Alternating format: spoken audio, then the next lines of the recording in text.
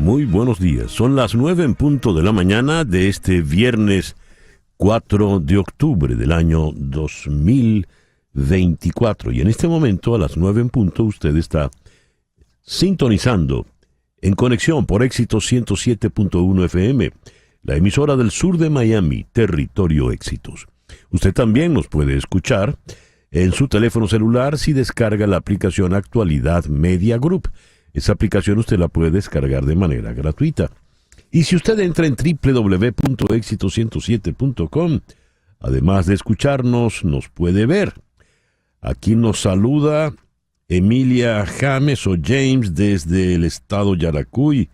El amigo Juan Acuña, el camionero, hoy está lejos, está por Denver, en Colorado. Nuestra querida Gladys Melet nos manda montones de tacitas de café. Francisco Severino nos saluda desde Roma, buongiorno.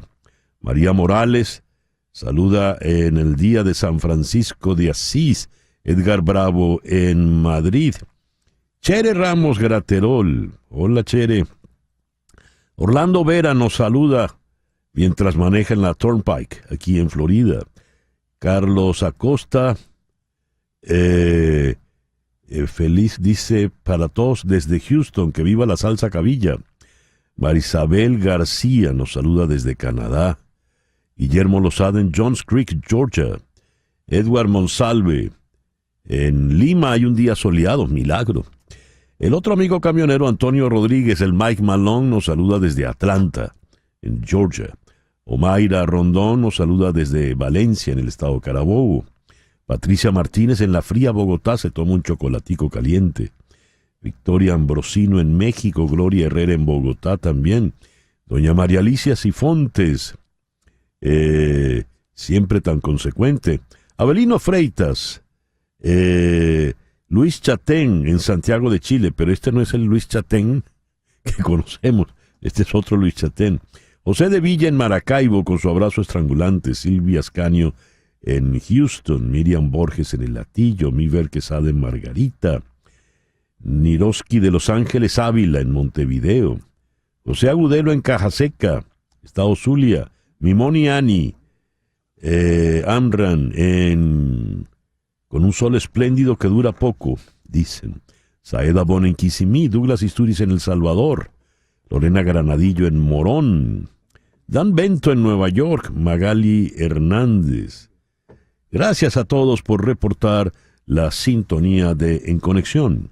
En Conexión es una producción de Floralicia Anzola para Éxito 107.1 FM en Miami. Buenos días, Floralicia. Buenos días, César Miguel. Buenos días a todos. Y es viernes. Sí. Laura Rodríguez está en la producción general. Muy buenos días, Laura. Muy buenos días, feliz viernes. En Madrid, apoyando en la producción informativa, está Mariel Sofía Rodríguez. Buenos días, Mariel Sofía. No atiende Mariel Sofía. Jesús Carreño en la edición y montaje, Carlos Prato en los controles. Buenos días, Carlos. Muy buenos días. Y ante el micrófono, quien tiene el gusto de hablarles, César Miguel Rondón. Hoy es el día de San Petronio de Bolonia, de San Quintín de Turón y Santa Aurea de París, pero sobre todo, hoy es el día de San Francisco de Asís, fundador de la Orden Franciscana. Se le atribuyen varios milagros y la facultad de hablar con los animales. Él es el patrón, por lo tanto, de los veteranos. También San Francisco es un santo muy, muy venerado. Es el santo de los pobres. Siendo él, nació en cuna muy rica, es el santo de los pobres. Y curiosamente, Jorge Mario Bergoglio, el actual papa, siendo jesuita, no escogió el nombre de Ignacio para su pontificado, sino el de Francisco. Es el primer papa que se llama Francisco. Así que hoy, en el día de San Francisco de Asís, felicitaciones a los franciscos, franciscas, panchos, panchas, pacos, pacas, paquitas, curros. ¿Curras? No conozco ninguna curra.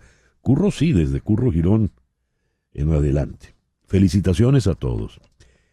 En el calendario astrológico de Enrico Mariani, tenemos la luna creciente en Escorpio. La luna de Escorpio, y está creciente, es la luna de mayor intensidad en todo el ciclo lunar. Es la luna de las pasiones, especialmente las bajas pasiones. Es la luna de las cosas ocultas, de lo esotérico. Es por lo tanto luna de brujas, de brujos, de espías, de todo aquel que trabaja en lo oculto. Es una buena luna para arrancar de raíz todo aquello que no sirva. Es una luna excelente para renunciar. Es la luna para hacer cambios radicales, drásticos. Atención, es la luna de los celos, ¿eh? También. Es una luna pues muy, muy intensa. Y esa luna va a estar prácticamente todo el fin de semana, porque solo entrará a las 7:34 de la noche el día domingo en Sagitario. Así que tendremos un fin de semana con la luna creciente en Escorpio y el sol en Libra. Feliz día de San Francisco para todos. Siendo el día de San Francisco, hoy es el Día Mundial de los Animales. Es también el Día Interamericano de la Radiodifusión y es el Día Mundial de la Sonrisa. Esto porque en 1999 Harvey Ball, el creador del símbolo iconográfico Smiley Face o carita feliz, decidió proclamar el Día Mundial de la Sonrisa el primer viernes de octubre. Harvey falleció en el 2001, pero desde entonces se creó la Harvey Ball World Smile Foundation en su honor. El programa que hemos preparado para el día de hoy lo vamos a iniciar en Toronto con el politólogo Ángel Álvarez. Ha publicado una serie de tweets reflexionando sobre el oficio de la política. Pues vamos a hablar de ese oficio con él. Luego en Washington vamos a conversar con Elizabeth Vaquera, quien es profesora en la Universidad George Washington, allá en Washington, D.C. Estamos a escasos 30 días para las elecciones y en una campaña electoral tan cerrada donde se pronostica un final de fotografía, ¿qué hacen qué rol van a jugar los independientes o indecisos? Es importante. Luego vamos a tener una conversación con Lireni Molina, con Patricia Rivas y con Denis Benítez. ¿Quiénes son ellas tres? Ellas tres son madres de los menores detenidos y torturados en el estado Carabobo.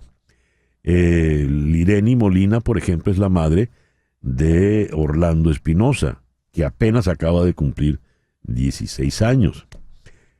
Patricia Rivas es la madre de Cristian Pérez, quien es músico.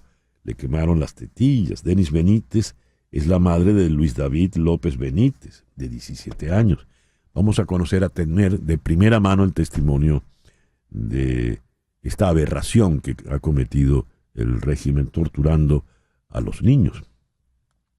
Luego aquí en Miami vamos a conversar con Juan Carlos Esquivel.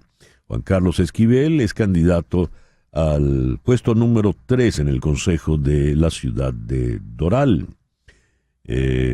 Nació en Caracas, hijo de inmigrantes cubanos, en 1965. ¿Qué le ofrece a la ciudad de Doral? Y vamos a cerrar en Boston con Juan Wolf. Juan Francisco Wolf es un caso muy interesante. Es un joven de 17 años. Hoy vamos a tener un programa pues para los jóvenes, para los adolescentes. Juan Francisco estudia en el Boston College High School, colegio regentado por los jesuitas, y se ganó una beca para estudiar la situación en la frontera. De manera que se fue con su cámara y notas a la frontera para conocer realmente qué es lo que está ocurriendo en la frontera sur con México. Vamos a conversar con él pues sobre su experiencia. Y ya que estamos en Escorpio y Escorpio es la luna de los celos tan perniciosos que son, se puede dejar de ser celoso, se puede cambiar. ¿Cuáles son las claves para dejar de ser una persona celosa? Esto lo vamos a abordar con 2 psicólogas clínicas. Alejandra Pérez, quien tiene un máster en psicología clínica sistémica en Bogotá, y Adriana Rodríguez, quien además es psicoanalista. Ella está en Buenos Aires. Ese es el programa que hemos preparado, pues, para el día de hoy. Viernes 4 de octubre del 2024. El 4 de octubre de 1582, en Roma, el Papa Gregorio XIII decreta el calendario gregoriano que sustituía al calendario juliano por Julio César. Así, la noche del jueves 4 de octubre de 1582 pasó a ser automáticamente la noche del viernes 15 de octubre. El 4 de octubre de 1582, a los 57 años, falleció Teresa de Jesús, Santa Teresita de Jesús. El 4 de octubre de 1669 murió Rembrandt Hammerson van Rijn, simplemente Rembrandt, uno de los grandes maestros barrocos de la pintura y el grabado, el más importante de los Países Bajos. El 4 de octubre de 1830, hablando de los Países Bajos, Bélgica se independiza de los Países Bajos. El 4 de octubre de 1853, el Imperio Otomano le declara la guerra al Imperio Ruso, comenzando así la Guerra de Crimea. El 4 de octubre de 1883, el Orient Express hace su viaje inaugural de París a Estambul. En el viaje de regreso de Estambul a París es donde arma su historia Agatha Christie, Asesinato en el Expreso de Oriente, que ha sido ya par de veces llevado al cine. El 4 de octubre de 1892 murió el poeta Juan Antonio Pérez Bonalde, el de La Vuelta a la Patria, boga, boga, remero, y allí viene aquella frase, vedla allí, rendida a los pies del sultán enamorado, que era la visión que se tenía de Caracas cuando se entraba por lo que se llamaba el Paso de los Españoles, cruzando el Cerro El Ávila. El 4 de octubre de 1923 nació Charlton Heston. Hizo más de 100 películas. Los 10 Mandamientos, Ben-Hur, El Cid, El Planeta de los Simios, en fin. Falleció en el 2008 a los 84 años. El 4 de octubre de 1941 nació Anne Rice, la autora de la literatura gótica, la autora de las crónicas vampíricas, Entrevista con el vampiro y demás. Falleció en el 2021 a los 80 años.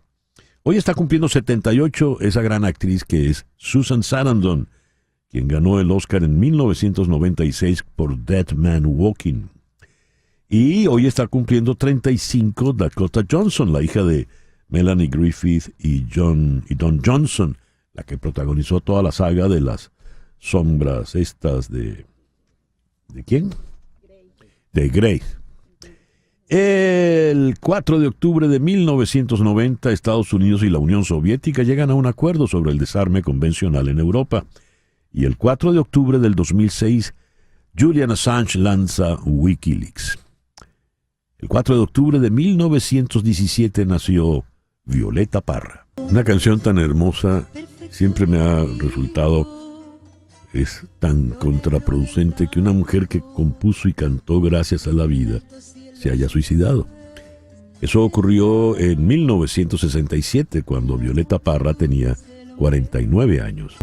Y el 4 de octubre de 1944 nació Rocío Dúrcal, españolísima, pero también mexicanísima. Sus grandes éxitos, pues, terminaron siendo así, acompañada por un mariachi.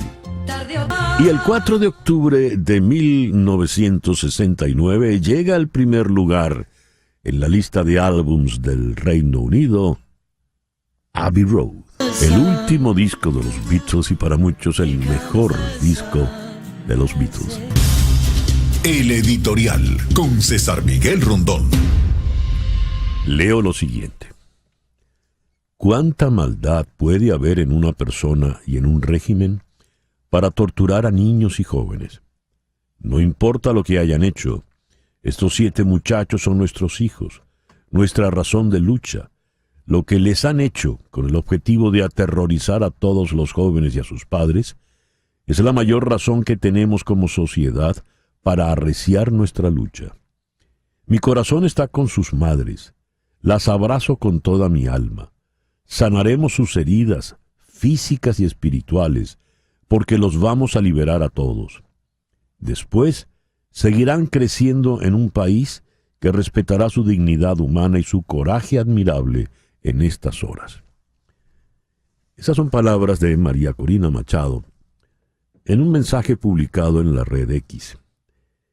Ella habla de las madres de los jóvenes detenidos en el estado Carabobo. Estos 7 jóvenes fueron detenidos y torturados luego de participar en las protestas para desconocer los resultados oficiales de las elecciones presidenciales del 28 de julio. El alcalde de Valencia se ufana diciendo que ha detenido a los terroristas. Y en un acto vil, tan vil como la tortura, presenta un video donde pone imágenes de disturbios, perturbaciones del orden, salen jóvenes lanzando piedras, incendios, llamaradas, incendios a módulos policiales. Nada de eso ocurrió el 28 de julio. Pero coloca esas imágenes para hacer creer que por esto están pasando a los tribunales estos terroristas. Pero aun si eso fuese verdad, no es para lo que se ha hecho. Hay niños de 14 años allí, de 16 años recién cumplidos uno. Algunos están sin dientes.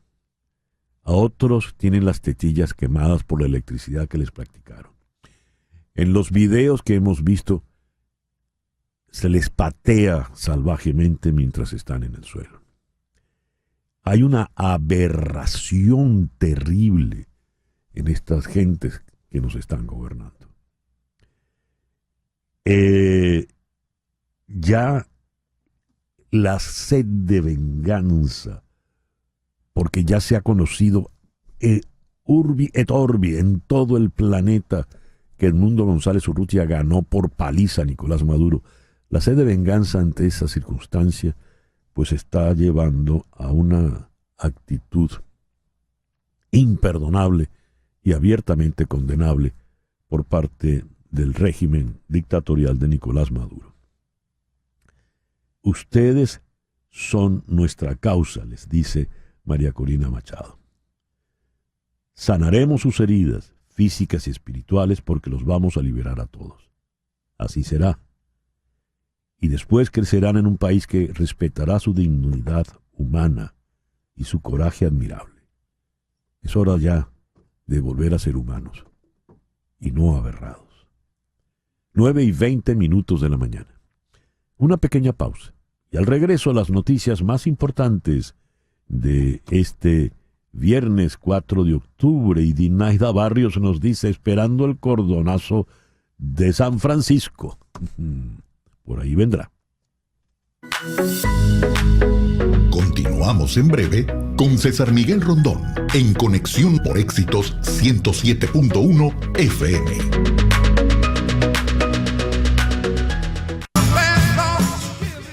Y a las 9:24 vamos con las noticias del día de hoy. La juez Keidimar Ramos Castillo, titular del Tribunal 2 con competencia en terrorismo, pasó a juicio a 11 menores de edad entre 15 y 17 años. Están acusados de terrorismo, incitación al odio, obstrucción de la vía pública y resistencia a la autoridad durante las protestas surgidas en el país a raíz de los resultados electorales. Este grupo de jóvenes fue arrestado entre el 29 y 30 de julio y se les asignó a Kelly Pérez como su defensora pública. Según una entrevista concedida por los familiares al diario El Carabobeño, fueron torturados mientras estaban detenidos y los obligaron a grabar un video en el que confesaron haber recibido $30 para participar en las protestas. Lo hicieron luego de varios días de recibir golpes, tantos que algunos perdieron piezas dentales. Otros tienen las tetillas quemadas por la electricidad que les pusieron. Ninguno de los exámenes forenses exigidos por los familiares se realizó. El alto representante para la política exterior de la Unión Europea, Josep Borrell, afirmó que las actas electorales de Venezuela presentadas por el Centro Carter en la OEA le reafirman a la Unión Europea en su posición de no reconocer a Nicolás Maduro como presidente elegido democráticamente. Borrell explicó: por los medios de comunicación se conoció la presentación de estas actas mostradas. Edmundo González Urrutia fue el ganador. La Comisión de Peticiones de la Eurocámara discutirá una orden de detención a la Corte Penal Internacional contra Nicolás Maduro en su próxima reunión después de que saliera adelante la iniciativa del Partido Popular Europeo. Una de las peticiones que se discutirá en noviembre se centra en la situación en Venezuela e incluye el requerimiento al fiscal para que estudie una orden de detención por los crímenes de lesa humanidad cometidos por el régimen de Maduro. La demanda a la Corte volverá al Parlamento Europeo después de que la última resolución aprobada sobre Venezuela, que reconoció a Edmundo González Urrutia como presidente legítimo del país, no incluyera este elemento que promovieron los grupos conservadores. El 26% de los venezolanos que aún se encuentra dentro de Venezuela tiene intenciones de salir del país, y Estados Unidos es el destino que mencionan con más frecuencia, según reveló una encuesta de la firma Poder y Estrategia. El sondeo de opinión elaborado entre el 13 y el 18 de septiembre encontró que el 6% de los consultados ya tiene planes concretos para salir de Venezuela, mientras que un 20% tiene la intención de emigrar, pero aún no ha hecho los planes. Estados Unidos fue el país más frecuentemente nombrado como destino para emigrar, abarcando 27% del total, seguido por España 18%, Colombia 13% y Brasil 11%. En lo que es más alarmante, el porcentaje de personas que quieren salir de Venezuela es mucho mayor dentro del segmento de las personas jóvenes. Edmundo González Urrutia recibió el homenaje de los asistentes al foro La Toja Vínculo Atlántico, que se celebra en Ogrove, España, donde intervendrá hoy en la segunda jornada del evento.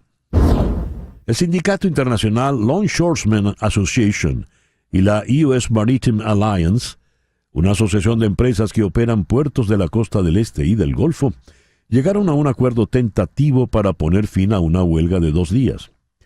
El sindicato anunció anoche que la Maritime Alliance acordó aumentar el salario de los trabajadores portuarios y que los miembros del sindicato volverían a trabajar de inmediato.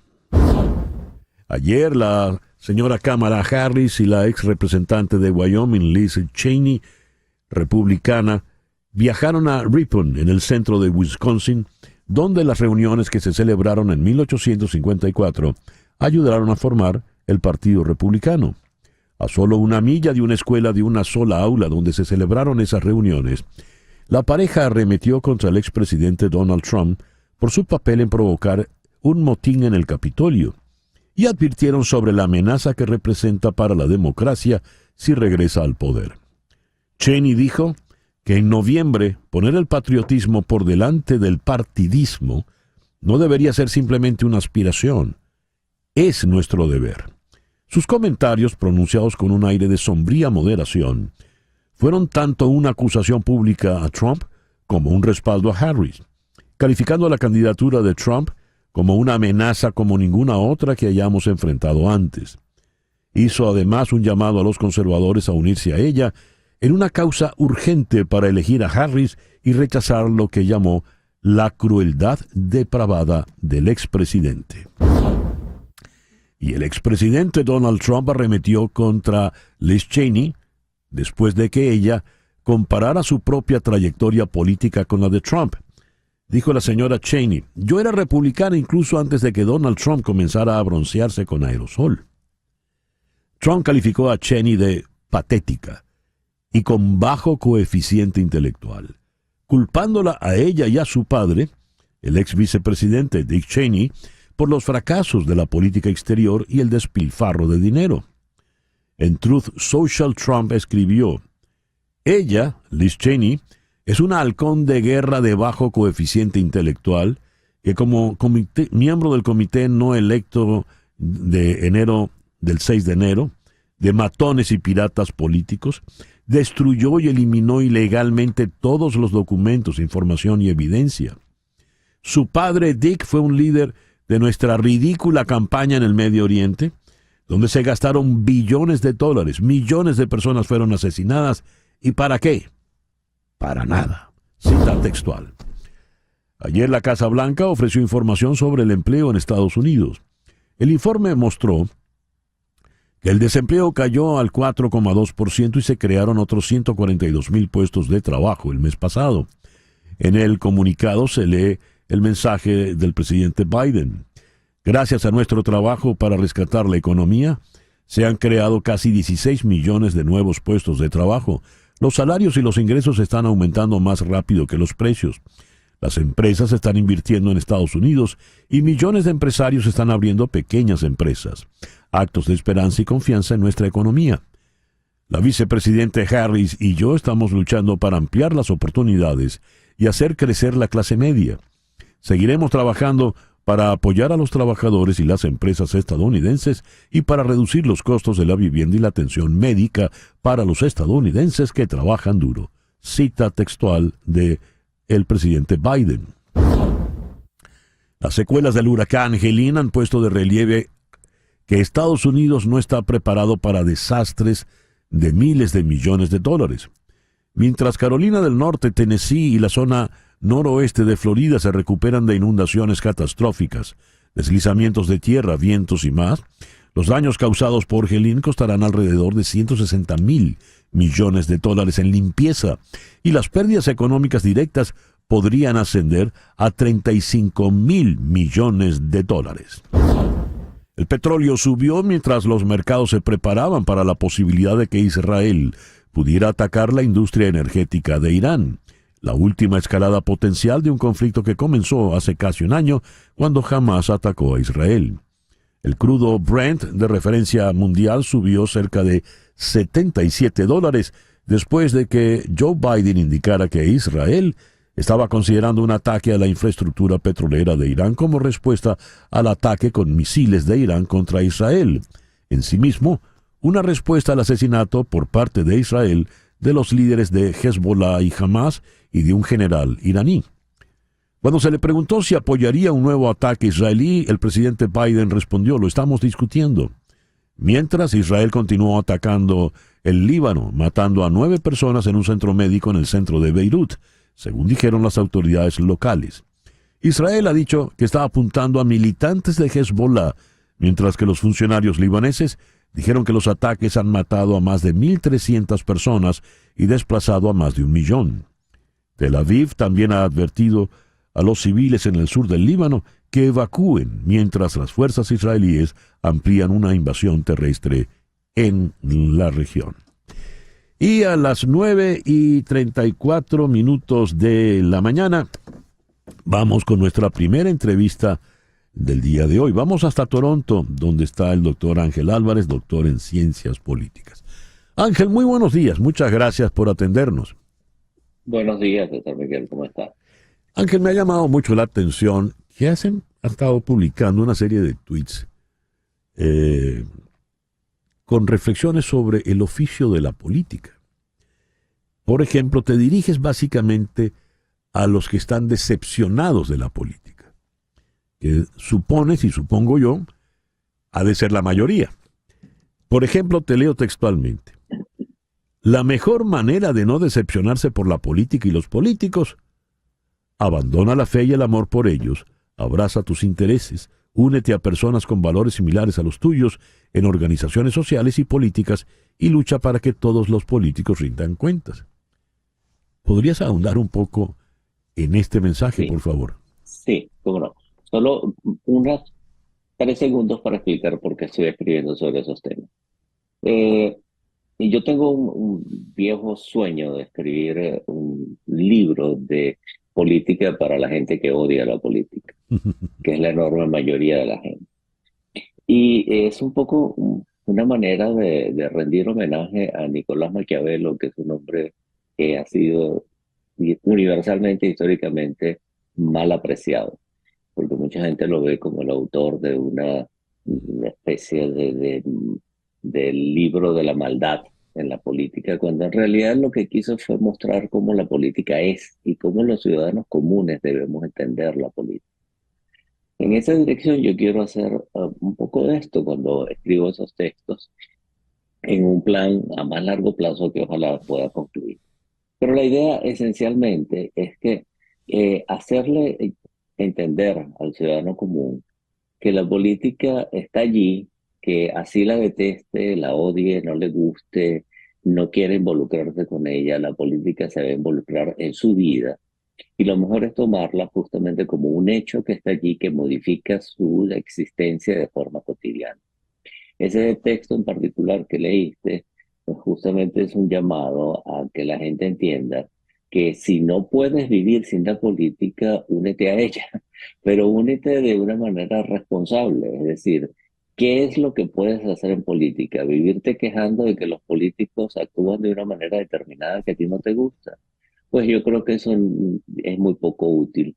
Mucho más útil es hacer lo posible para que los políticos funcionen a favor de los intereses que uno mismo tiene como ciudadano. Uno no puede aspirar a que la política se ocupe de un bien general abstracto, porque los bienes generales abstractos no existen. Lo que existen son intereses concretos. Entonces, reunámonos, unámonos entre nosotros los que tenemos unos determinados intereses comunes y pongamos la presión a los políticos, que es justamente en lo que funciona, de la forma en la que funciona la democracia. Si la sociedad civil organizada poniendo presión sobre los políticos, no hay democracia posible. El detalle está en que de tanto desprestigiar a la política, entraron a ejercerla pues gentes que venían de ese desprecio por la política, no se formaron como políticos y no son políticos. Eso trae inconvenientes, ¿no? Sin duda alguna, y justamente parte de esa idea que tengo de escribir sobre la política para la gente que odia la política, porque cuando te metes en política, si la odies, vas a terminar haciendo lo que política se hace.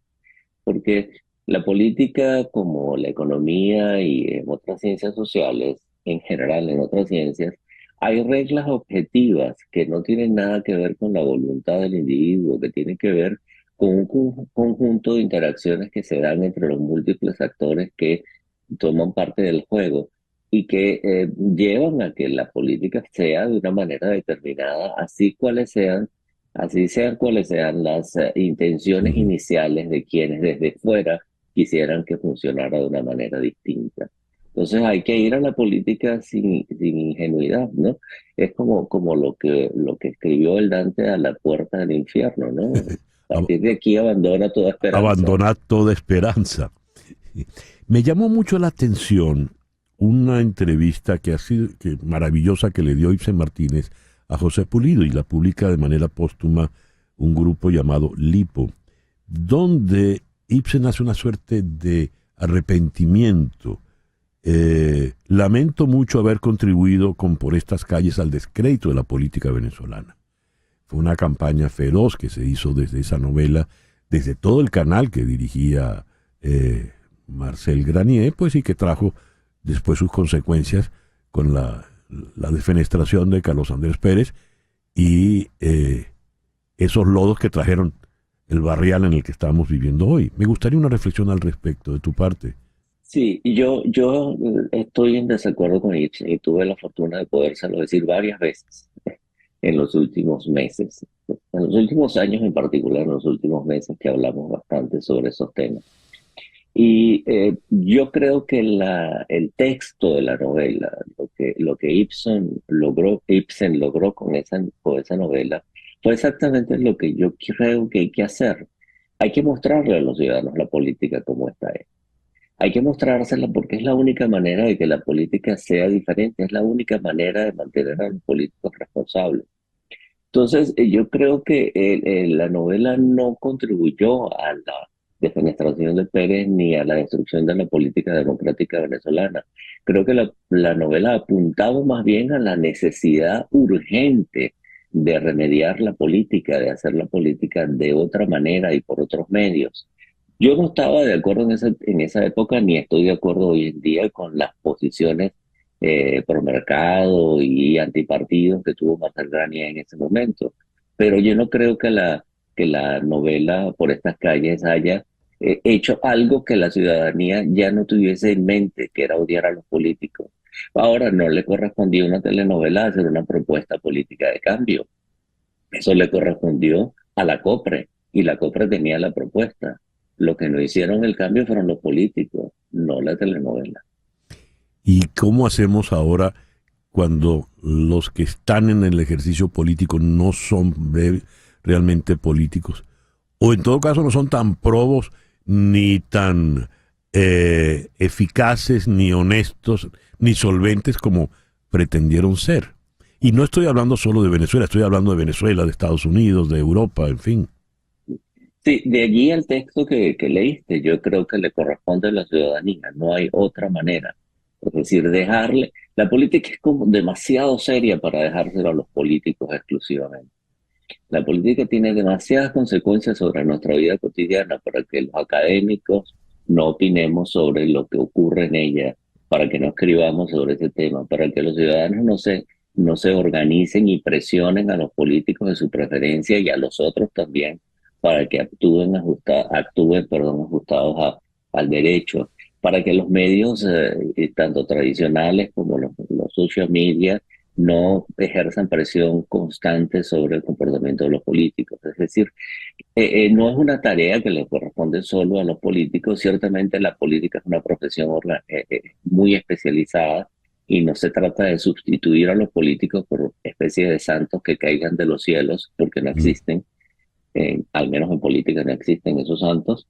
Se trata de que los ciudadanos tengan conciencia de que la política es como es, así sucia como el ciudadano común la considera, corrompida como algunos la ven. La política es como es, que yo no la llamo ni sucia ni corrompida, pero sencillamente es con unas reglas determinadas y hay que entender que es con esas reglas que se juega, y el trabajo de quienes no somos políticos ni activistas políticos es identificar cómo la política es y poner presión sobre los políticos para que actúen en atención a nuestros intereses grupales y sociales. Bueno, esperamos el libro, Ángel. Bueno, espero tenerlo. Muy bien. Gracias por atendernos en esta mañana, Ángel. Gracias a ti. Ángel Álvarez es PhD en Ciencias Políticas, es profesor allí en Toronto.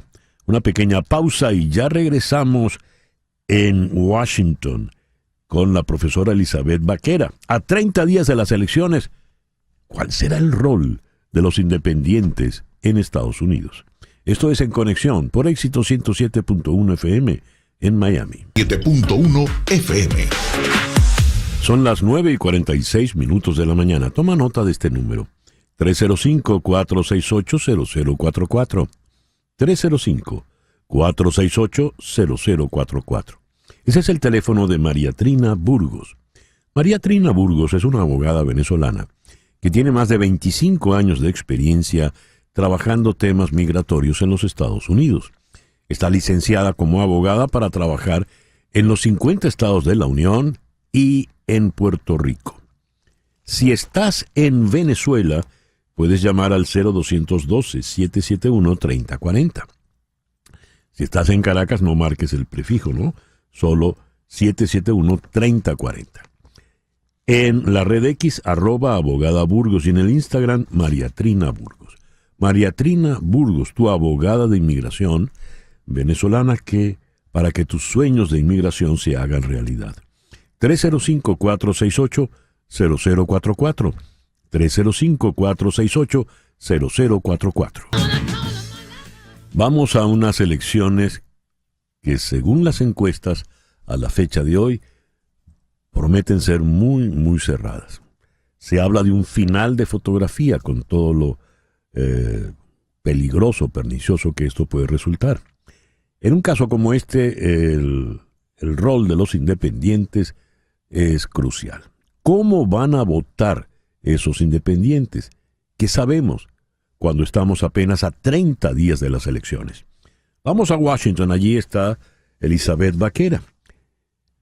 Elizabeth es profesora de Sociología y Políticas Públicas en la Universidad George Washington.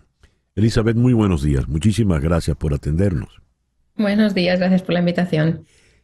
¿Qué información manejas, según tus estudios e investigaciones, del comportamiento de ese voto independiente en las elecciones que vienen en noviembre? El voto independiente es un tema de discusión en cada elección, no es tema nuevo de este año.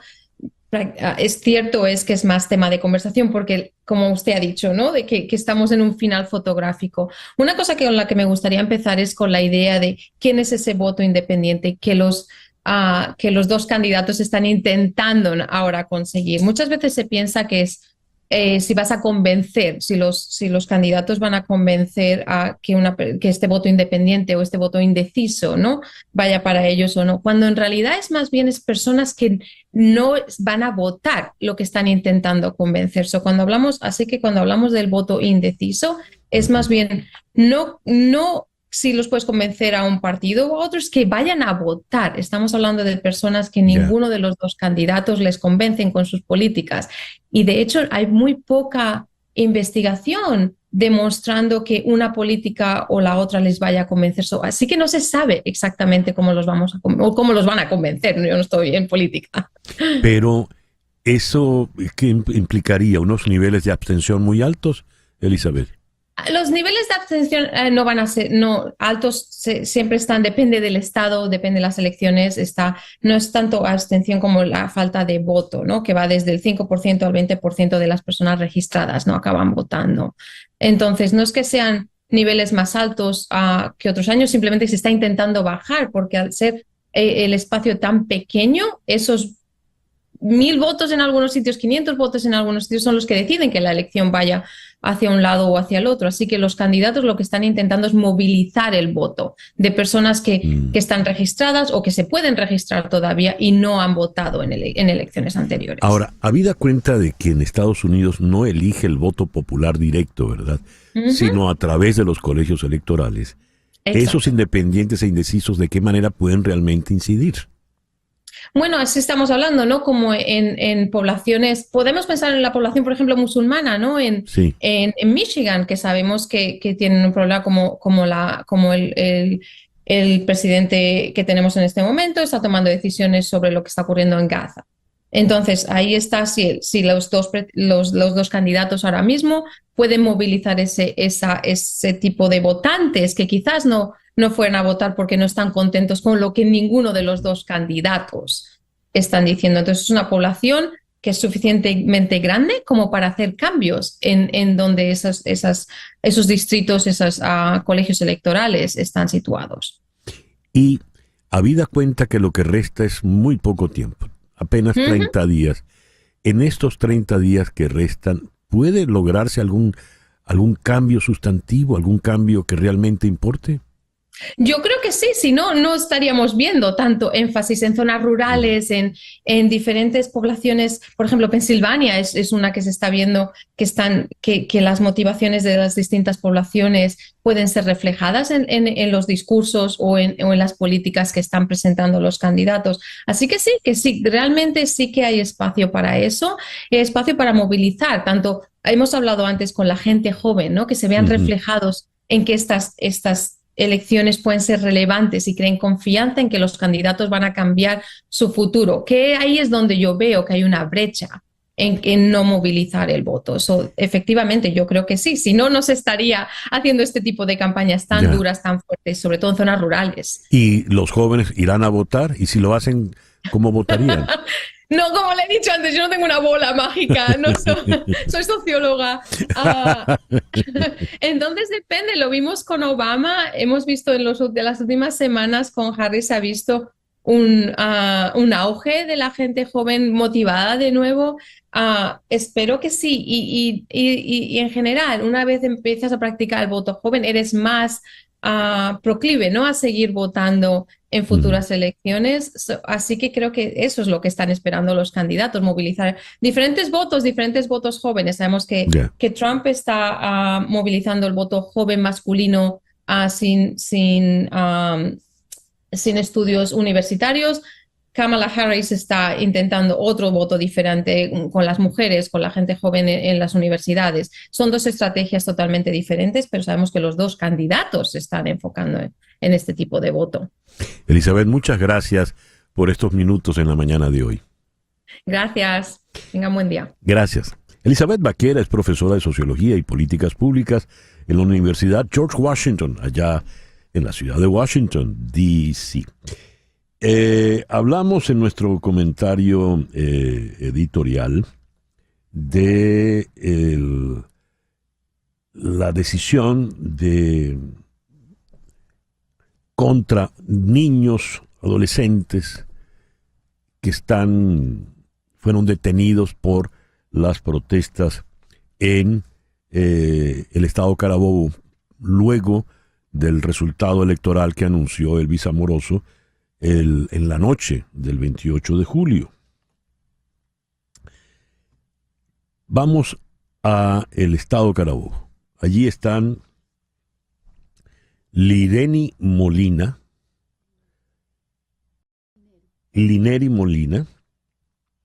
madre de Orlando Espinosa, Patricia Rivas, madre de Cristian Pérez, y Denis Benítez, madre de Luis David López.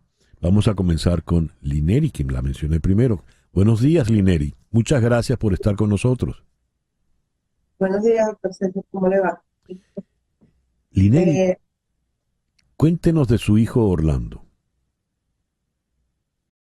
Bueno, Orlando, él fue detenido el 30 de julio por cuerpos de la policía municipal. Él cuando fue detenido tenía 15 años de edad, él cumplió 16 años allí adentro, el cual no puede ni siquiera abrazarlo porque ellos tienen prohibidas las visitas. Ahorita es que le están permitiendo visitas, pero en esos tiempos no. ¿Y él qué estaba haciendo, Lineri, cuando lo apresan? ¿Por qué lo apresan? Él estaba en una cancha en una cancha de básquet que está en la urbanización La Isabelita. La cancha se llama la Cancha Las Banderas. Por allí viven sus amistades de colegio porque es el barrio pegadito a nuestro barrio, que es el barrio de Bellomonte, es la urbanización, pues está pegadita, vivimos muy cerquita de la cancha, y él siempre acostumbraba a ir allí porque por ahí está la novia de uno de los amiguitos y tienen wifi, se sientan a jugar sus jueguitos en el teléfono, a jugar básquet, a jugar fútbol, ¿saben? Obviamente un niño de 15 años no sabía pues la magnitud de lo que estaba ocurriendo en ese momento. Yo le dije, yo lo llamé como a las 7:30 y él estaba en la casa de los amigos. Me dice, mami, ya yo voy para allá. Bueno, ¿qué ocurre? A las 9 de la noche a mí me entra una desesperación, a las 9:30. Yo, Dios mío, ¿qué está pasando? ¿Por qué no ha llegado? Empecé a llamar.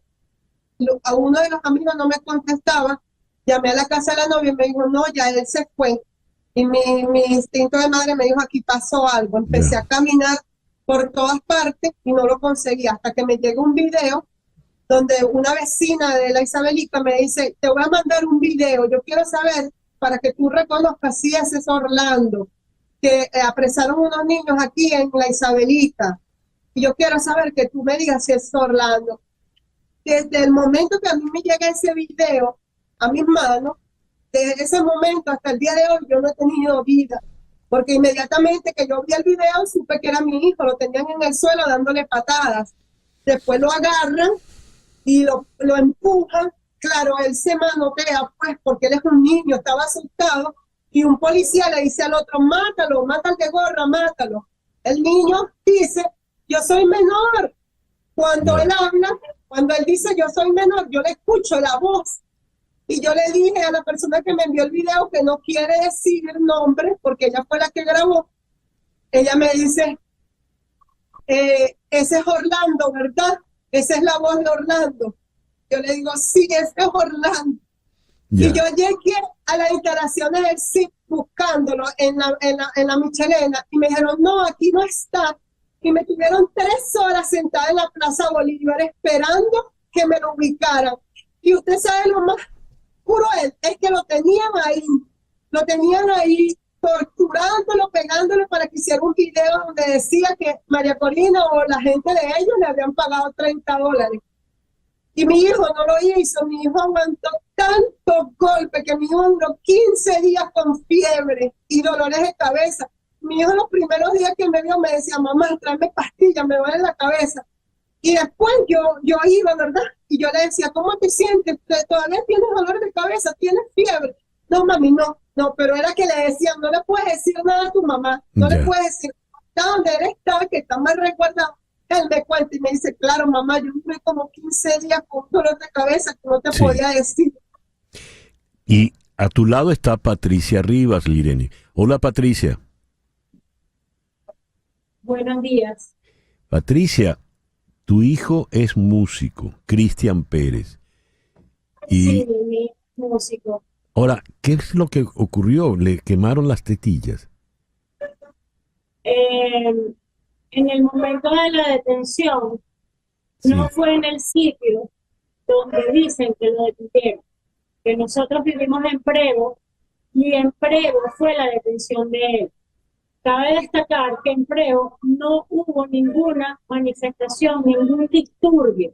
Sin embargo, él venía de practicar con un amigo de él, los cuales ambos componen canciones, escriben y han han hasta grabado entre sus cosas varias canciones. Ese día estuvieron en mi casa, luego me dijeron que iban a ir para la casa de Luis Fernández, que es su amigo. Los dos, ambos, fueron cruelmente maltratados en el Paramacay específicamente. ¿Por qué? Porque ellos lo obligaron a hacer un video, del cual obviamente ellos tuvieron que decir que le pagaron $30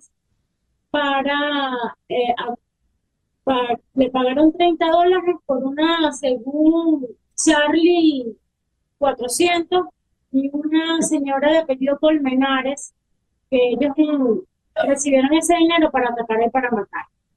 Mi hijo nunca estuvo en Naguanagua, no salió de Prevo. Como él se negó en tantas oportunidades a hacer el video, entonces con la electricidad lograron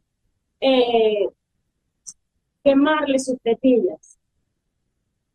Yo solicité personalmente a la defensa que hicieran un examen médico forense, nada más a él, sino a todos los niños, porque era evidente que todos estaban golpeados. Mi hijo tenía un moretón en la cara y en el resto del cuerpo tenía morado, igual que a los otros niños. Esa solicitud la obviaron porque hasta el sol de hoy no fueron permitidas esos exámenes médicos forenses. Lo que me dijeron era que le iban a permitir exámenes psicológicos y que los iban a visitar. Hasta la fecha de hoy eso no ha ocurrido. Entonces, Patricia, ¿y la quemada qué le pasó a Patricia? Ya, déjeme apagar aquí el teléfono porque no. No, se ve muy bien. Ahí está perfecto. Patricia, pero a tu hijo, ¿por qué le torturaron? ¿Por qué le quemaron las tetillas? Porque lo estaban obligando a hacer el video. A todos los obligaron a hacer el video, a todos. Mi hijo no lo hizo, pero el de ella lo hizo de tanta tortura. Por eso fue el ensañamiento. De hecho, a su amigo le partieron la cabeza con un golpe de un arma larga y cuando mi hijo vio a su amigo ensangrentado, obviamente dijo que sí iba a hacer el video, aparte que los militares le dijeron que si grababa el video, lo iban a dejar en libertad. Lo mismo le dijeron a mí. Pero grabaron el video y no los han dejado en libertad. No. Ellos tuvieron la audiencia el miércoles. Ya. ¿Qué edad tiene Cristian, Patricia?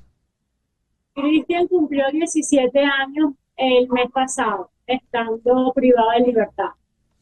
Y está con ustedes Denis Benítez, la madre de Luis David López Benítez.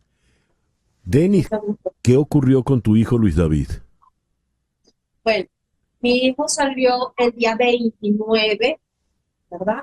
A comprar unos pañales porque prematuramente él es padre, tiene un bebé de 7 meses. Él salió a comprar unos pañales para su hijo. De ahí él se fue a jugar básquet. Al salir de la cancha, ¿verdad? Él va caminando y se percata de que vienen unos motorizados. Cuando él ve a los motorizados, él se asustó y salió corriendo. El funcionario le dispara. Mi hijo sigue corriendo, ¿verdad? Por miedo y le lanza un segundo disparo. Cuando le lanza el segundo disparo, mi hijo se detiene. Al momento que se detiene, el funcionario llega, le arranca los pañales, lo tira en el piso, le empieza a caer a patadas, le quita las chancletas y lo obliga a ponerse unas botas de funcionario. Y allí lo montan a golpes en una moto, lo suben en una unidad, ¿verdad? De la policía del DIC, del Viñedo, y lo trasladan hasta el recinto, pues hasta el comando. Estando ahí, ¿verdad? Yo salgo obviamente a buscarlo, desesperada. Duré 3 días buscando a mi hijo, eso fue el 29, el 30, el 31. Fui reiteradas veces a ese comando, me lo negaron. Fueron personas también a preguntarse, lo negaron. Lo busqué hasta en la morgue, lo busqué en los hospitales, lo busqué en todos lados. Hasta que por fin, el 31 a las 3 de la tarde me llaman del Palacio de Justicia para que yo acudiera ahí porque mi hijo estaba ahí. Yo llego, ¿verdad? Subo, me suben a donde es la presentación de la audiencia. Cuando yo veo a mi hijo, que me dan el permiso que me acerque, yo lo abrazo. Al abrazarlo, mi hijo me dice, mami, no me apretes, mami, que me duele todo, mamá. Yo le digo, papi, pero ¿por qué te duele todo? Mamá, me golpearon mucho, mami. Hijo, ¿qué te golpearon, mamá? Porque me estabas obligando a que realizara un video, ¿verdad? Confesar que él había asistido a unas manifestaciones. A ver, les quiero preguntar algo a las 3. Veo un video donde entiendo que es el alcalde, que dice que han detenido a los terroristas, que estaban bajo instrucciones de María Corina Machado.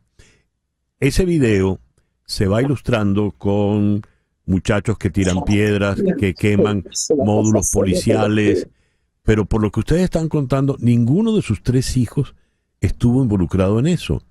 ¿Es una trampa, una manipulación de este funcionario ese video? Les pregunto. Bueno, al momento que él lo están golpeando para hacer el video, ¿verdad? Mi hijo no lo quería hacer, el funcionario le dice, o haces el video o te parto la cabeza. Mi hijo me dice, me iban a reventar la cabeza, entonces obviamente yo hice el video donde yo decía que me pagaron $30 para salir a manifestar, a hacer destrozos y todo eso. Una vez que él hace el video, entra el jefe de ellos, ¿verdad? Y le pregunta, ¿qué edad tiene él? Entonces le dice, ¿qué edad tiene? Le dice, ¿cómo se les ocurre a ustedes golpearlo y obligar a ese muchacho a que haga un video cuando es menor de edad? Ese video no puede subir a las redes sociales porque es menor. Por eso es que esos videos no subieron, porque ellos son menores de edad. Más sin embargo, esto, no impidió que ellos siguieran detenidos. Más sin embargo, esos videos los tienen ellos y son las evidencias que ellos dicen que hay evidencia suficiente para llevarlos a juicio, porque el miércoles a los niños los subieron para la audiencia, de los cuales todas estas madres que somos del grupo que quedaba antiguo, somos 10, y del otro grupo 15, todavía habían 15 menores de edad, hay 15 menores de edad detenidos aquí en el estado Carabobo, de los cuales todas estas madres que ya nos conocemos, ya hicimos acá familia, somos familia ya de tanto dolor que hemos pasado. Todas estábamos contentas porque teníamos la plena certeza que el miércoles nos lo iban a entregar porque teníamos todo. Nosotros consignamos cartas de estudio, cartas de deportista. En el caso de mi hijo es beisbolista, es prospecto del béisbol aquí en Venezuela, mi hijo. Y yo estaba tan segura que el miércoles me lo iban a entregar porque él tiene su apoyo familiar, tiene su carta de colegio, tiene sus cartas todas. Y la ley estipula que el niño tiene que pasar su juicio en su casa, no privado. Nosotros no somos ignorantes, nosotros sabemos lo que dice la ley. Y no tienen a nuestros chamos secuestrados, porque esto no es de ley. Ya esto se salió de los ámbitos, de los parámetros de la ley. Entonces el miércoles nos dice que hay suficientes evidencias para condenar a los chamos. ¿Cuáles son las evidencias? Los videos que nos obligaron a hacer, esas son las evidencias. Otra cosa, la juez nos dijo en nuestra cara que la Defensoría Pública no había consignado los documentos que nosotros le dimos, las cartas de escuela, las cartas de deporte, las cartas del chamo de Cristian que es músico. La doctora, la juez, nos dijo, nosotros no tenemos nada consignado aquí de ellos. ¿Dónde están esos documentos que la señora Patricia y mi persona los llevamos a la Defensoría Pública en Caracas y se lo entregamos en las manos de la Defensora Pública? Patricia, ¿Qué está pasando? Patricia, te dejo la palabra para que mandes el mensaje que quieras a quien quieras mandárselo, por favor. Bueno, nosotros queremos dejar claro que nosotros, ninguno de nuestros hijos son políticos. Ninguno, nosotros no somos ni políticos. Ni siquiera son terroristas, porque obviamente para ser terrorista tienes que pertenecer a un grupo afecto a una red delictiva o un grupo religioso, el cual nuestros chamos no están en nada de eso, no son políticos, y nosotras personalmente tampoco somos políticos. ¿Qué quiero dejar claro? Que a nosotros se nos ha violado, o a nuestros hijos se les han violado todos los derechos. Desde el principio, que fue no ser atendido por un abogado de su confianza, solamente el abogado que ellos le impusieron a nuestros hijos, el cual a estas alturas ellos están muy molestos porque nuestros hijos son completamente inocentes, no tienen por qué estar pasando por esto, son niños que psicológicamente están bien maltratados, y según lo que nos han dicho los psicólogos expertos, a medida que va pasando el tiempo, el daño va a ser peor, y todos los derechos que nos han violado en particular, nosotros no hemos podido ver el expediente. O sea, nosotros no sabemos cuáles son las pruebas que incriminan a nuestros hijos en esos delitos abominables. Porque para ellos, por lo menos en el caso de mi hijo, que lo acusaron de haber atacado al Paramacay, mi hijo ni siquiera estuvo en Naguanagua. Para decir eso, ellos tienen que tener fotos, videos donde él aparezca ahí y él no estaba ahí. También la defensa pública no consignó ni siquiera los testigos que yo promoví, que eso para mí es un acto demasiado delictivo de parte de ellos. Nosotros queremos dejar claro que otra vez que nosotros no somos políticas, nuestros hijos menos, solamente son niños, y estamos aquí solamente para que se hagan valer sus derechos. Para más nada, nosotros no queremos que esto se vuelva viral porque somos de un partido o del otro. No, solamente queremos que a nuestros hijos se les haga una debida defensa que ellos los han cuestionado hasta ahora, porque no es posible que una juez que tiene el Estado para defender el derecho de todos ni siquiera pudo revisar por qué la defensa pública no hizo nada. O sea, no hizo su trabajo, porque el trabajo de la defensa pública es defender, no dejar que otra persona manipule una información, porque ellos están en Caracas, ellos no saben lo que pasó aquí, no saben ni siquiera dónde fueron detenidos nuestros hijos. Entonces me parece abominable de su parte las detenciones arbitrarias, porque esto fue lo que hicieron. Los detuvieron en sitios donde no aparecen en esos expedientes, que ni siquiera nosotros sabemos como representantes qué dice el expediente. Lo que sabemos fue lo que nos dijo la juez en ese momento. Cabe acotar que a Orlando fue el primero que presentaron, porque los presentaron por causa.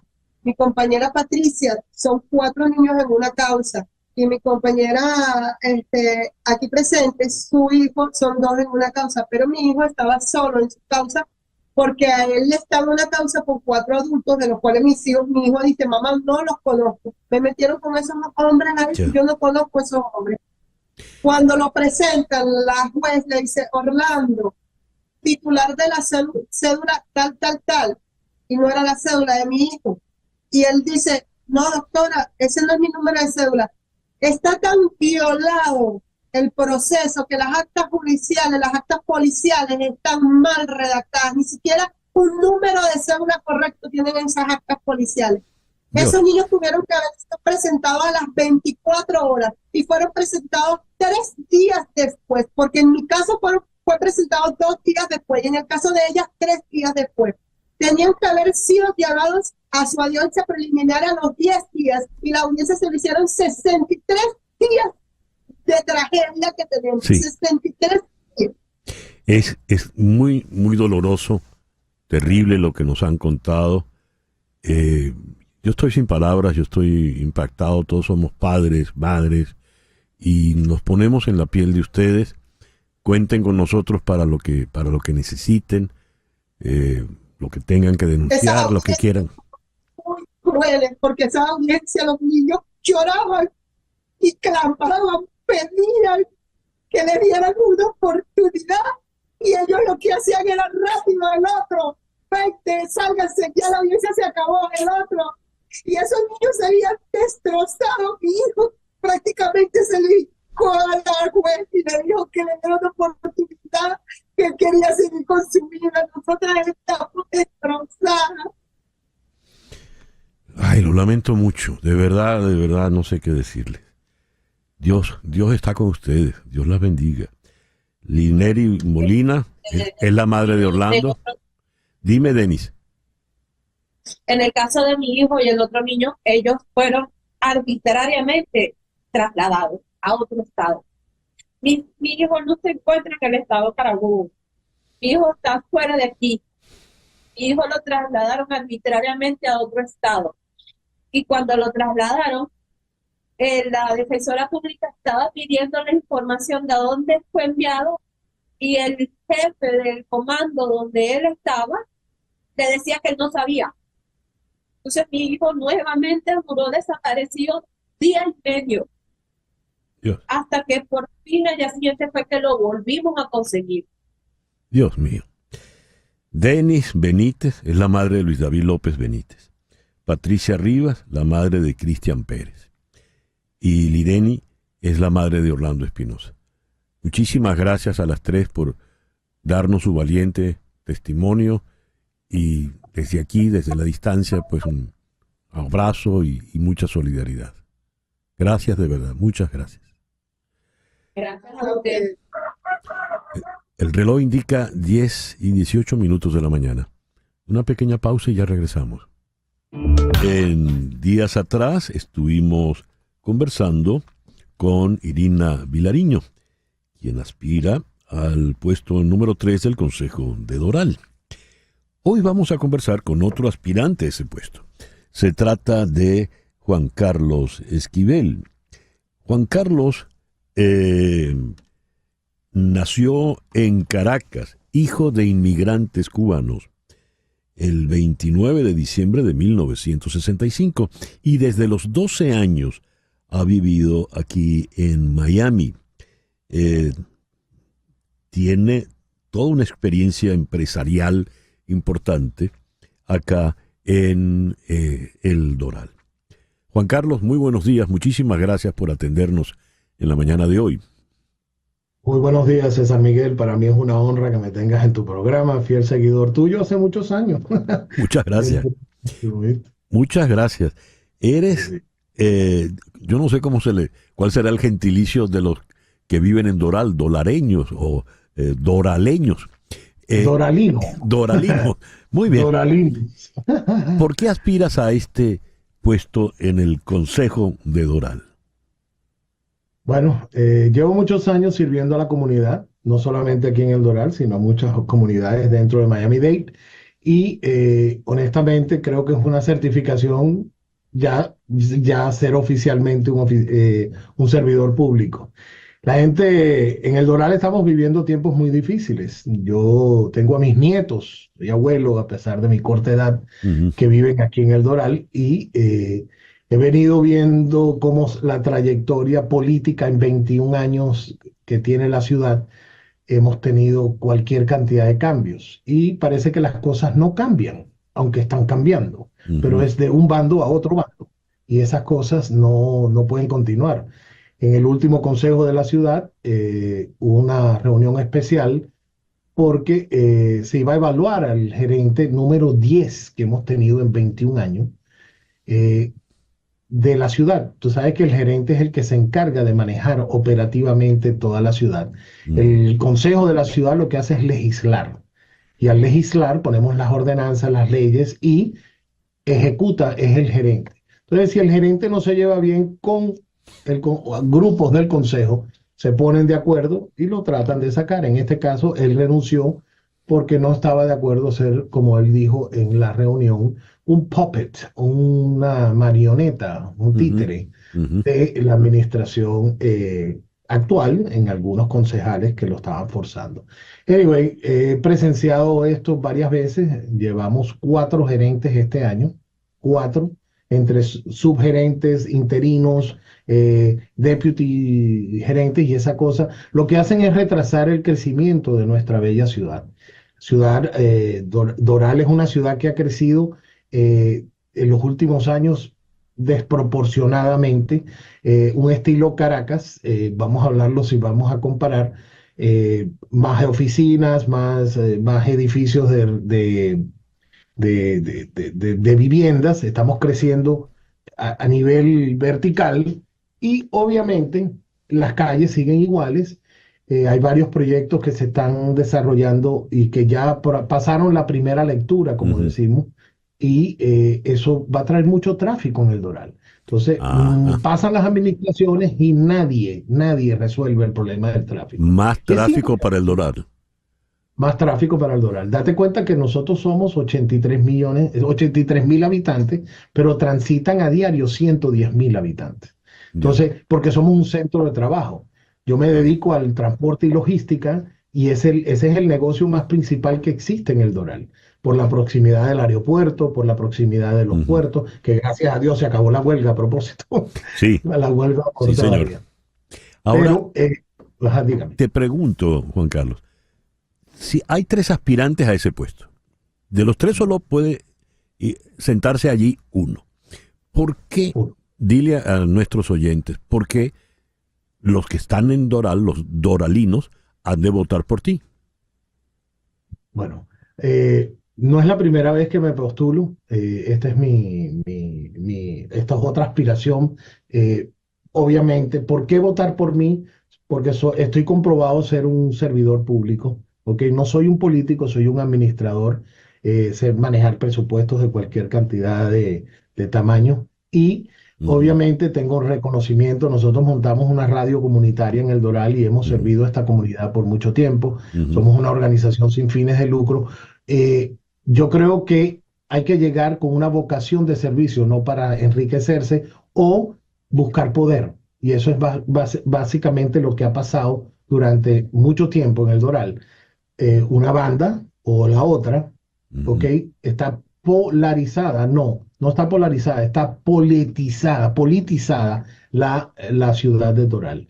Y considero que esta elección, y sobre todo en esta silla, ¿ok? Porque si se reelige Cristi Fraga como alcalde, si se reelige Rafael Piñero en la silla 1, la otra silla que queda, esta silla número 3, estamos hablando que es la silla que es el balance del consejo, porque hace falta mínimo 3 votos para que pase una ordenanza, ¿ok?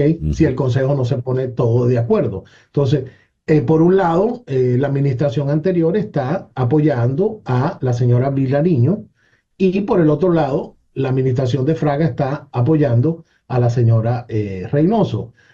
Obviamente, yo no tengo ningún problema con ambas bandas, o decir bandos, pero yo creo que soy una persona bastante neutral y ya la gente está cansada de que cambiamos de un lado o cambiamos para el otro. Desafortunadamente, El Doral, cuando yo salgo a caminar, los vecinos me dicen, ¿y de qué lado estás tú?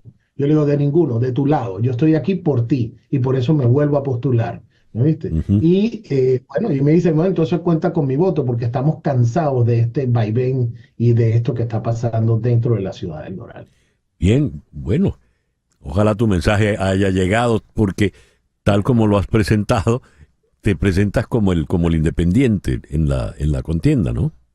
Aunque así es, no soy independiente, soy republicano de la época desde Reagan, llevo 45 años en este país y desde que me hice ciudadano empecé a votar y en la primera elección que voté fue la de Ronald Reagan. Entonces, sus principios cristianos, sus principios y valores familiares me atraparon. A propósito, en agosto 20, las elecciones de agosto 20, a mí el Partido Republicano me postuló como committee man, ¿ok? Del Executive Committee del Partido Republicano para el Distrito 40 que representa a Doral y quedé electo por los electores dentro del Doral, ¿ok? Con la gran mayoría. Y voy a tomar esa parte de ese comité del Partido Republicano en diciembre 7 de este año, ¿ok? Entonces, hay muchas cosas, mi plan de gobierno está en mi página web, yo tengo buenos planes. ¿Cuál es la página, Juan Carlos? www.jcskivelfordoral.com. Muy bien. Okay. Juan y Carlos, ahí así mismo me puedes conseguir a través de todas las redes sociales. ¿Okay? Muy bien. Muchas gracias por atendernos en esta mañana, Juan Carlos. Gracias, César Miguel. Hay muy buenos planes para El Doral. Sé que tú estás muy cerca de nuestra comunidad y te doy las gracias por esta invitación. En la boleta número 120, este noviembre 5, Juan Carlos Esquivel para servirte. Muchas gracias. Juan Carlos Esquivel aspira, como le escucharon, al puesto 3 en el Consejo de Doral. Son las 10:31 de la mañana. Las noticias de este momento en Conexión Radio. Y una buena noticia para variar. Por primera vez parece haberse curado un caso de diabetes tipo 1. El tipo 1 genético es la forma más rara de la enfermedad, pero todavía afecta a unos 2 millones de personas solo en Estados Unidos. Solía ser mortal, y aunque ahora se puede controlar con inyecciones regulares de insulina, sigue siendo una afección de por vida. El año pasado, investigadores chinos modificaron las células de los propios pacientes para crear tejido pancreático, productor de insulina. Y un año después, la primera paciente sigue produciendo su propia insulina y su nivel de azúcar en sangre está bien controlado. Los resultados son preliminares y la investigación con células madre está plagada de callejones sin salida y fraude científico, pero hay grandes esperanzas de que la cura esté cerca. Una buena noticia, pues, para variar. Son las 10:33 de la mañana. Vamos ahora a la ciudad de Caracas. Allí está el politólogo, profesor universitario y diplomático jubilado de la Cancillería, Jesús Macei. Jesús, muy buenos días. Muchísimas gracias por atendernos en la mañana de hoy. Buenos días, César Miguel. Saludos y cariños a tus productoras, a Laura y a Mauriel. Creo que me copian bien, ¿verdad? Perfectamente. Jesús, la señora Jenny Lincoln, quien presidió la comisión del Centro Carter, la misión observadora en las elecciones del 28 de julio, presentó esta semana en el Consejo General de la OEA las actas y de manera contundente e irrefutable dijo: el ganador de esas elecciones fue Edmundo González Urrutia. En Madrid, Josep Borrell, el representante, digamos el ministro de Exteriores de la Unión Europea, se reúne con González Urrutia y ratifica que después de la presentación por parte del Centro Carter de las actas, no le cabe duda a la Unión Europea que Edmundo González Urrutia resultó el ganador de esas elecciones. Ante este tipo de pruebas, de evidencias, de manifestaciones, ¿cómo está la causa de la democracia venezolana vista en el exterior? Bueno, yo creo que ahorita uno de los escenarios donde se va a jugar es en el exterior, sobre todo en el mundo occidental, Estados Unidos y Europa, que va a ser un apoyo muy importante en el sentido de que la presión debe seguir para que las actas se presenten definitivamente, porque en América Latina hay tres posiciones, ¿no? Los países que apoyan al gobierno de Nicolás Maduro, Cuba, Nicaragua, Honduras, Bolivia, que son los gobiernos de izquierda. Otros países como México, Colombia y Brasil, que están presionando para que se presenten las actas de forma imparcial, transparente y confiable, justamente para que den el resultado y den la legitimidad de origen, que es muy importante. Y un tercer grupo de países donde está Chile, Uruguay, Costa Rica, Perú, etcétera, etcétera, etcétera, donde de plano dicen de que hubo otro resultado electoral el 28 de julio, ¿no? Entonces tenemos esas tres posiciones. La comunidad internacional se está moviendo entre esos tres grupos de países. Brasil, creo, y México y Colombia están haciendo, creo que, presión o están jugando la parte diplomática de una forma discreta y prudente, que no se haga público como debe ser la diplomacia en este sentido, para tratar si en el transcurso de este año se pueden presentar las actas y tengamos ya tranquilidad y estabilidad, porque esto es un estado de zozobra. Porque no debemos olvidar, César Miguel, que hay dos tipos de legitimidad. La legitimidad de origen, que la garantizan unas elecciones confiables, transparentes y donde haya reglas de juego para igual de todos los actores, y la legitimidad de desempeño. La legitimidad de desempeño viene dada por la eficacia y eficiencia de las políticas públicas que aprueban y ejecutan los diferentes gobiernos en su acción diaria de gobernar. Entonces, tenemos estas dos legitimidades. Una está en entredicho, que es la legitimidad de origen, y la legitimidad de desempeño, que en mi perspectiva desde hace mucho tiempo, el gobierno, toda esta experiencia que Venezuela ha vivido estos últimos 25 años, ha dejado mucho que desear, ¿no? Porque, por ejemplo, Venezuela contó en los años del boom petrolero, entre el 2002 y el 2014 aproximadamente, $1 trillón. Bueno, ¿qué se hizo con esa cantidad descomunal de recursos? Entonces, ahí la legitimidad de desempeño está muy en entredicho, ¿no? Ya. Y bueno, ahorita tenemos la legitimidad de origen, que se une a esta legitimidad de desempeño, lo que une aún más el entredicho de la acción de gobierno.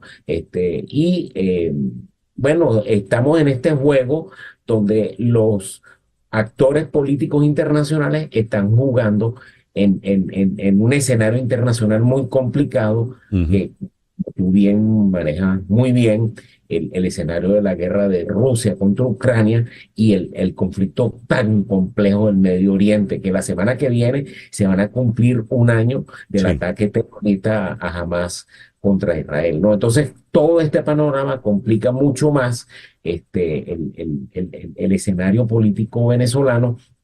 Y la OEA, de la cual ya Venezuela no es miembro, Nicaragua, que se separó también de la OEA, Cuba, que no es miembro. Entonces, bueno, vamos a ver cómo juegan los amigos del gobierno del presidente Maduro, que son fundamentalmente Bolivia, Honduras, cómo van a jugar ellos con la presentación de las actas que hizo ayer la jefa del Centro Carter, que es una organización muy seria, ¿no? Sí, sí. Bueno, veremos entonces qué ocurre. Jesús, te agradezco mucho que nos hayas atendido en la mañana de hoy. No, a tu orden siempre, César Miguel, que tengas buen fin de semana. Yo sé que, cambiando un poco el tema, sé que estás ligando a los Yankees de Nueva York. Yo soy anti-Yankee, porque yo soy de los Mediarrojas de Boston y están eliminados hasta el año que viene, pero voy a ligar a Detroit y a los Royals de Kansas City, ¿no? En la postemporada que empieza pasado mañana. Un fuerte abrazo y un buen fin de semana. Yo estoy con Barbarita, que es fanática de los Mets. Gracias, Jesús Macei. Es un diplomático jubilado de la Cancillería venezolana, politólogo y profesor en la Universidad Central de Venezuela. 10:39 de la mañana, una pequeña pausa y ya regresamos en Conexión por Éxito 107.1 FM en Miami. Y vamos ahora a la ciudad de Boston, donde se encuentra Juan Francisco Wolf. Juan Francisco, muy buenos días. Buenos días, ¿cómo estás? Muy bien, ¿cómo estás tú? Bien, aquí en la escuela, listo para la entrevista, listo para compartir mi historia. Muy bien, cuéntanos tu historia, Juan Francisco. Bien, básicamente, yo estoy aquí en Boston, Massachusetts, y llegué en el 2016. Llegué en el 2016 de Caracas. Y vine aquí con mi familia, tengo 3 hermanas menores y mi papá y mi mamá. Y bien, estamos aquí en Boston y mi identidad como inmigrante siempre ha sido algo súper importante para mí. Y ahora que bien, fui de un niño de 8 años a ya un niño de 17 años, he visto como la identidad de los inmigrantes, la gente la ve diferente en Estados Unidos y hay mucha discriminación contra los inmigrantes. Entonces yo tuve la oportunidad con una beca de mi colegio, se llama Begley Scholars Program, de hacer una investigación en la frontera y aquí en la ciudad de Boston de básicamente los inmigrantes y básicamente tratando de dignificar la experiencia de inmigrantes, especialmente en un país donde los inmigrantes los ven como menos o los ven como gente que está aquí para robar. ¿Fuiste a la frontera? ¿A dónde fuiste, Juan Francisco? Bien, básicamente fuimos a 2 ciudades que están como a 50... ¿Quiénes fueron? Porque acabas de usar el plural. Sí. ¿Quiénes fueron? Sí, fui yo, una maestra, Samantha Delaney, aquí en mi colegio que trabajaba ahí antes, y un fotógrafo, Max Gravellisi, un compañero mío que ahorita está en la universidad. Y bien, fuimos ahí a 2 ciudades, McAllen y Brownsville, y sus como ciudades pares en México es Reynosa y Matamoros. Entonces pasamos tiempo en las 2 ciudades, en el lado de Estados Unidos y de México, básicamente en diferentes sitios. Entonces fuimos en campamentos en el lado de México, donde la gente está esperando a entrar legalmente. Y también fuimos a básicamente lugares donde reciben a los inmigrantes, vimos la frontera como tal, le entrevistamos a diferentes curas o diferentes líderes en como esa zona. Y bien, para en verdad ver lo que está pasando en verdad en la frontera. ¿Y qué fue lo que viste en verdad? La humanidad. 100% la humanidad de los inmigrantes, de la gente que está ahí ayudando. Y en verdad duele porque ves a familias, ves familias que juegan dominó. Ves a familias que ven Netflix con sus hijos, ves a gente riendo, gente bailando salsa, bachata, y ves vida, y duele porque cuando ves eso y ves lo que dicen, bien, por ejemplo, en el debate el martes, o lo que dicen los políticos o otras cosas, otras personas, ves cuánta humanidad se les olvida. Sí, pero de la humanidad, 100%. ¿En qué condiciones están esos migrantes que pasan la frontera? ¿Qué pasa en la frontera? Bien, ahorita la manera de entrar a Estados Unidos legalmente y la manera más común de entrar es entrar con un appointment, se llama, de CBP One. Es una aplicación básicamente que tú todos los días pides entrar a la frontera legalmente y pides una cita. Y básicamente lo que pasa es que no hay cupos, hay muy pocos. Entonces la mayoría de la gente está esperando justo ahí en la frontera, al norte de la Ciudad de México, y muy pocos entran. Entonces, justo en la frontera, yo estuve a 500 metros de la frontera en México, hay campamentos donde no hay mucha agua, los baños no funcionan muy bien, y básicamente, y condiciones muy malas, donde la gente está esperando, viviendo no sé, ni casas, duermen o en el piso o en otros lugares, ¿Y de dónde, esperando entrar legalmente. y de dónde son ellos? ¿De dónde es esa gente que viste allí? Mira, de todos lados. Primero, venezolanos. Esta parte de la frontera tiene muchos venezolanos. Mucha gente de Haití, porque están llegando, porque es como Brownsville está como en la costa. Texas baja como así y aquí está el mar. Entonces la gente de Haití está también llegando ahí. Te sorprendería, rusos, chinos, mucha gente de todas las partes del mundo que solamente quiere entrar a Estados Unidos por, bien, una oportunidad para crecer. Y una vez que logran cruzar la frontera y llegar a Estados Unidos, ¿qué pasa con ellos? ¿Pudiste ver eso también? Sí, entonces básicamente cuando entran con una cita, después de esperar 8, 9 meses, entran, básicamente les dan un temporary asylum, lo llaman, ese es el nombre, un asilo por solamente 1, 2 años. Y tienen esos 2 años para empezar un caso oficial de asilo. Ahora, los casos de asilo duran 8, 9 años. Entonces, esta gente está entrando con el miedo de que en cualquier día los pueden deportar. Están llegando, están ahí esperando en centros. Hay muchas comunidades católicas que llevan a los inmigrantes y los reciben por un par de días antes de que puedan volar a sus ciudades: Chicago, Boston, Nueva York, Miami. Y bien, básicamente llegan después de hacer esta experiencia, muchos caminan, cruzan el Darién, como me imagino que muchos de ustedes aquí entienden. Después de todo eso, llegan a Estados Unidos para vivir con miedo. Y un miedo, y no entienden nada, los recursos no están en español, todos en inglés. Entonces es un miedo y están muy confundidos al final. Sí. No es bueno. A ver, esto que hiciste se tradujo en un trabajo que has publicado en tu página. ¿Dónde lo pueden ver nuestros oyentes? Bien, tenemos muchas cosas. El nombre del proyecto en verdad es para el público americano, entonces es en inglés, aunque tenemos cosas en español. Se llama Through Their Eyes. Tenemos una página web, un Instagram y un YouTube. En esas 3 tenemos artículos, 2, y está a punto de salir otro. Y hay otro que lo estamos dando de publicar, no sé si lo conoces, America Magazine. Es una revista jesuita. Entonces, Sí, porque los jesuitas son los que están apoyándote en esto. Estás en el Sí. Boston College High School, ¿no? Sí. Entonces la conexión jesuita nos ayudó mucho. Y bien, nosotros cruzamos a Bien. México con jesuitas, sí. Pero bien, volviendo a la pregunta, hay entrevistas con los curas de esos jesuitas, entrevistas largas de 1 hora, donde ellos detallan toda la situación en la frontera. Y también hay entrevistas con inmigrantes. Bien, obviamente no quiero compartir sus nombres en público porque no quiero. Sí. Pero bien, hay entrevistas con ellos. Si quieren escuchar la historia de un inmigrante de verdad, que lo secuestraron, que bien, ahorita está esperando para entrar con ese programa CBP One para una cita. Y bien, y lo último que también es tenemos fotos. Esos en campamentos que no tienen agua, etcétera. Todo eso, hay fotos que las tomó un compañero mío, Max Gravellisi, como dije antes. Entonces hay muchos recursos para que vean la realidad que la media no enseña, Ya. para que vean la humanidad. Muy bien, te agradezco mucho que nos hayas atendido y te felicito por el trabajo, ¿no? Gracias. ¿Qué edad tienes tú, Juan Francisco? Yo tengo 17 años, estoy en mi último año de bachillerato. Muy bien. ¿Cuándo cumpliste los 17? Es el 16 de abril, entonces todavía me queda un poco más por el cumpleaños. Sí, muy bien. Gracias por atendernos. Juan Francisco No, vale, gracias.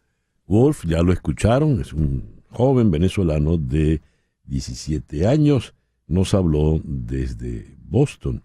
Hoy hemos tenido algo la adolescencia ha estado muy presente en el programa. Uno veía hablar a Juan Francisco, que es un niño, tiene 17 años, pero ustedes lo vieron, lo escucharon, es un niño. Y viéndolo, con su entusiasmo, la investigación que hizo, su viaje, no podía dejar de pensar en los otros muchachos contemporáneos, con su misma edad, que están en esa situación terrible allí en Venezuela. Orlando Espinosa, Cristian Pérez y Luis David López Benítez. Vimos las fotos que nos dejaron las madres y son niños. De verdad hay que padecer una aberración muy fuerte para proceder de esta manera. Todos son niños venezolanos. Juan Francisco, Orlando, Cristian, Luis David. Y ojalá podamos tenerlos todos en igualdad de condiciones en paz, donde se les respete como ciudadanos, como seres humanos, como escribió María Corina, donde se les respete su dignidad. Ojalá sea así. Bien. Son las 10:53 de la mañana. Las noticias de este momento en Conexión Radio.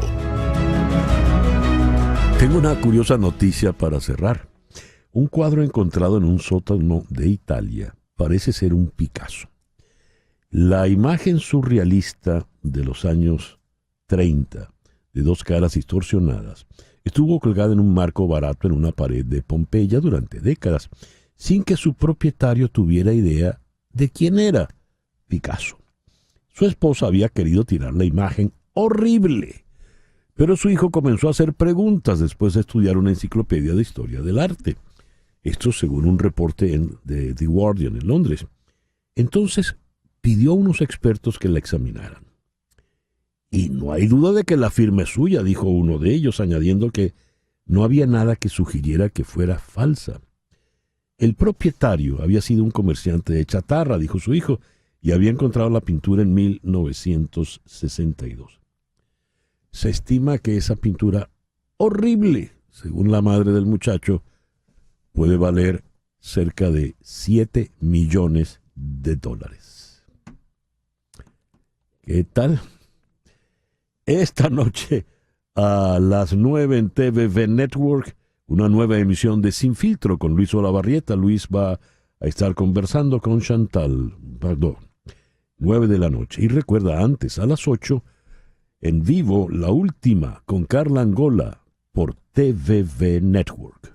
En Conexión fue una producción de Flor Alicia Anzola para Éxito 107.1 FM, con Laura Rodríguez en la producción general, Mariel Sofía Rodríguez en la producción informativa, Jesús Carreño en edición y montaje, Carlos Prato en los controles, y ante el micrófono, quien tuvo el gusto de hablarles, César Miguel Rondón.